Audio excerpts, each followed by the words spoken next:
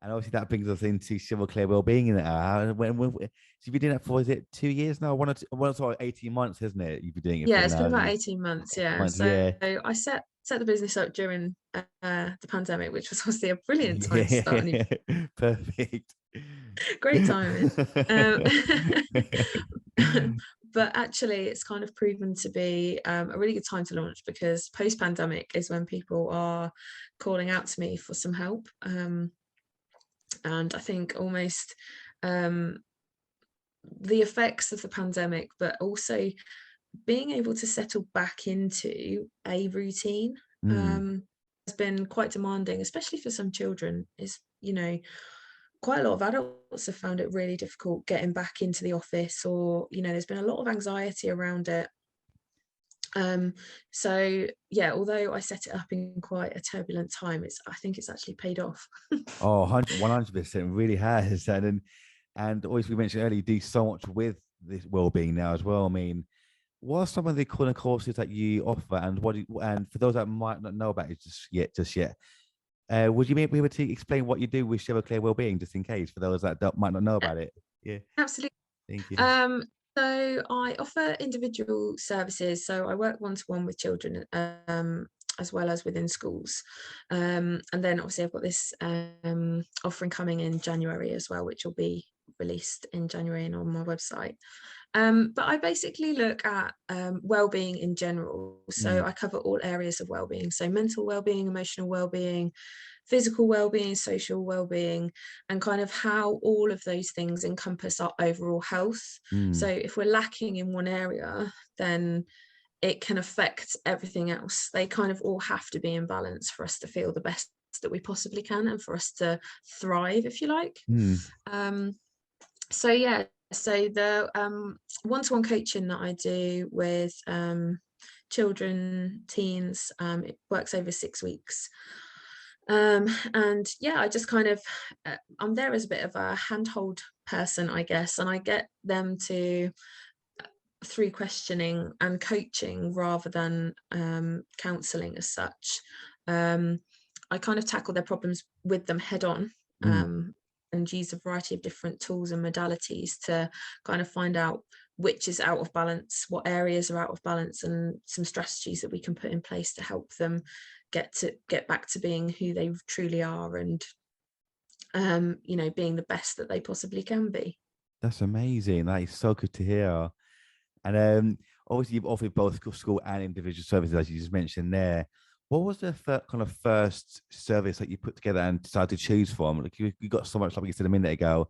What was the first thing you decided to put together and then put out there for work? That makes So sense. the first Yeah. service that I did was, I worked at a nursery, and I did Mm. some mindfulness sessions at a nursery. Yeah. And I did a 6-week block with preschool. Wow. And I just educated them, like, through practical fun, and really creative ways, Yeah. all about mindfulness and how it's really important to stay present, and like taught them some mindfulness techniques. So yeah, that was the first service, and I absolutely loved it. And I was like, yeah, this is 100% what I want to do. Like, I just, the kids loved it. They were so engaged. Yeah. Um, and then yeah, after that, that's when I kind of like looked into launching like more one-to-one services. And quite, in all honesty, quite a lot of the services that I now offer Yeah. have come off the back of people inquiring about whether I would be able to offer that service. Oh, really? Um, yeah, so somebody got in touch with me about exam stress and anxiety, and it wasn't a Mm. bespoke package that I had already sort of on my website, but they asked me if I would be able to do a coaching session with their daughter to help her combat exam anxiety. I was like, yeah, I'm more than happy to. Brilliant. So now off the back of that, I now have an hour's exam busting coaching, which is one-to-one as well. So yeah, quite a lot of the work that I do offer has kind of come from people asking if I can offer that service. So That's amazing. That is so good. And are there any kind of like services that you find are really popular, like really stand like the exam busting right there? Is that like one of your most popular things, do you reckon, on your service? Yeah, so the exam busting coaching that I offer has definitely been one of the most popular.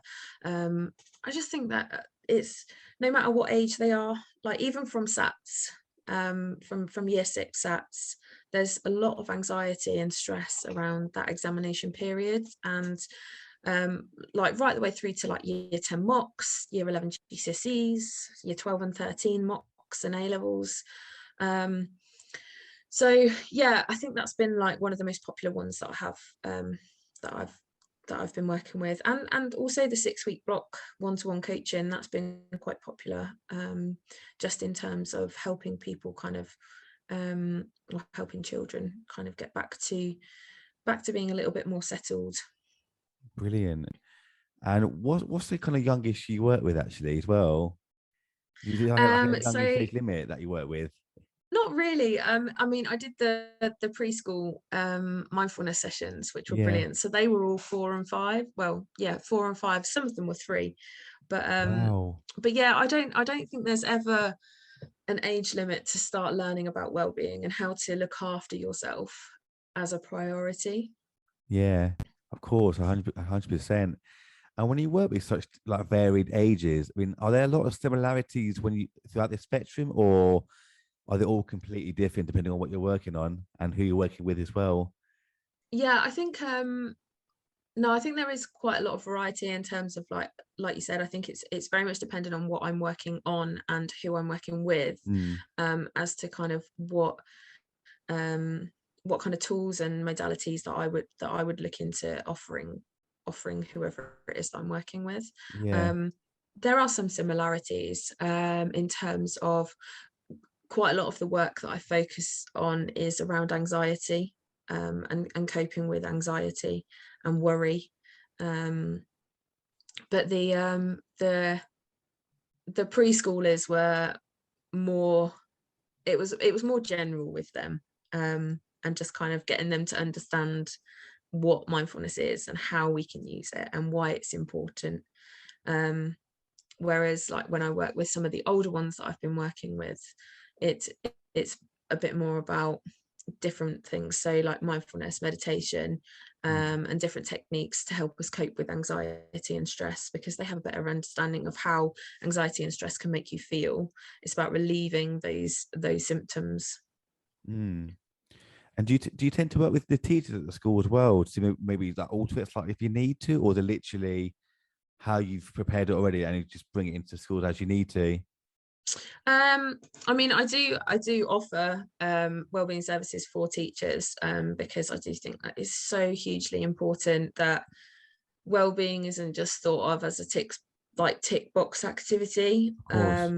which I think a lot of schools can fall into that trap. I think it's something that needs to be embedded within the culture of the school, Yeah. um, and not just, oh well, we need to be seen to be offering well-being, so we'll do vouchers for this, or we'll give you a half day off. Or I think it needs to be something that needs to be looked at a much wider perspective as to how well-being is being addressed in schools for teachers, Mm, and actually speaking to teachers and finding out what well-being means for them, like how would they feel less stressed throughout the day, how would putting some things in place to help them, mm. and I think the conversation needs to involve teachers um, as much as anyone else, really. Yeah, for sure. I mean, and obviously mental health is a lot more accepting now, but why do you think even nowadays it's still such a like a taboo thing to talk about, especially in schools where like you left teaching because of your mental health?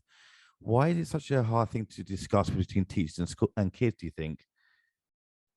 um, I think it's uh, I think it's due to there being so much pressure on having things to do, or having Mm, to have things done by a particular time, um, and there's specs that they have to make sure that they're hitting all of the specification for the examination subjects. There's assessment points, there's marking, there's deep dives, there's so much going on in schools that actually I think that, um, it's almost like a bit of a British thing where, you know, you do just put a smile on and everything's okay. But Yeah. um but yeah, I think that's probably why. I think it's a lot to do with the pressure of what teachers are put under, and also students as well, to make sure that they're getting the results that they require, because at the end of the day, that's what is that's what schools are looking for. They're looking for the results. And I'm not saying that's every school. I know there are thousands and thousands of schools out there um, that are not results driven at all. Mm. But at the end of the day, that's what they're there for, if that makes sense. Of course, yeah, 100%. And do you even think in the future that the schools will somehow adopt a similar approach in terms of maybe somehow reducing the workloads or reducing that micromanagement and steps of getting like results driven and stuff? Do you think would change eventually, or the main kind of I as it can is? only hope.